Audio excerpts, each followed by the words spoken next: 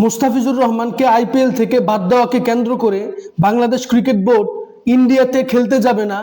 যখন উভয় দিক থেকেই উত্তেজনামূলক অবস্থা, ঠিক এমন সময় বাংলাদেশের সাবেক অধিনায়ক তামিম ইকবাল আগুনে ঘি ঢেলে দেওয়ার মতো কথা বলেছেন, যার ফলে বাংলাদেশ ক্রীড়াঙ্গনের একজন কর্মকর্তা তামিম ইকবালকে ভারতের এজেন্ট বলেছেন।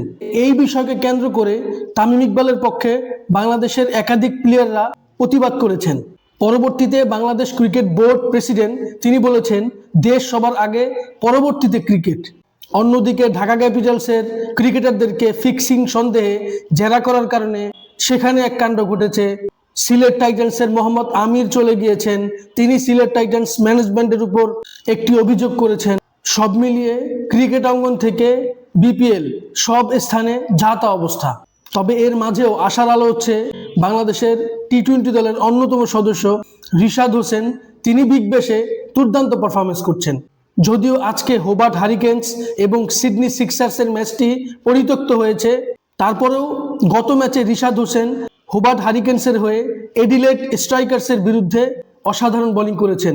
4 ওভারে 26 রান দিয়ে 3 উইকেট তুলে নিয়েছেন এবং একজন বাংলাদেশি হিসেবে বিগ ব্যাশের মতো টুর্নামেন্টে লাগাতার দলে সুযোগ পাওয়া এবং টপ ক্লাস পারফরমেন্স করা, এটা ছিল অবিশ্বাস্য। এবং রিশাদ হোসেন এই মুহূর্তে মোস্ট উইকেট টেকারের তালিকায় 9 ম্যাচে 11 উইকেট নিয়ে 9ম স্থানে রয়েছেন। সেই দিক বিবেচনা করলে অ্যাজ আ ক্রিকেট ফ্যান্স হিসাবে খুবই আনন্দিত। তবে বাংলাদেশে সেটা ক্রিকেট বোর্ড হতে পারে, বিপিএল হতে পারে, কেন জানি মনে হচ্ছে ক্রিকেটের চাইতে ক্রিকেটের বাইরের বিষয়গুলো আমাদের কাছে অনেক বেশি গুরুত্বপূর্ণ এবং আমরা সেটা নিয়েই পড়ে থাকি, যার ফলে দিন শেষে আমাদের ক্রিকেটের ক্ষতি হচ্ছে এবং আমাদের ক্রিকেটের উন্নতি হচ্ছে না। এ নিয়ে আপনাদের কোনো মতামত থাকলে অবশ্যই আমার সাথে শেয়ার করবেন। ভিডিওটি ভালো লাগলে লাইক, কমেন্ট, শেয়ার, সাবস্ক্রাইব করবেন। ধন্যবাদ।